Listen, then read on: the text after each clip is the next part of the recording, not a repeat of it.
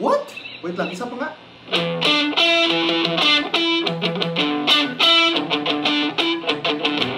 Mini amplifier ba to? Teka nga.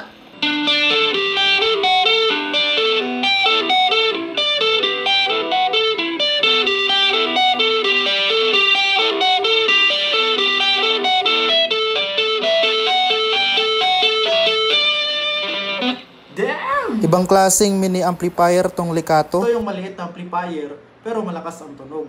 Kahit ganito lang siya kalaki, 5 watts. Pero grabe yung sound quality. Ayan oh.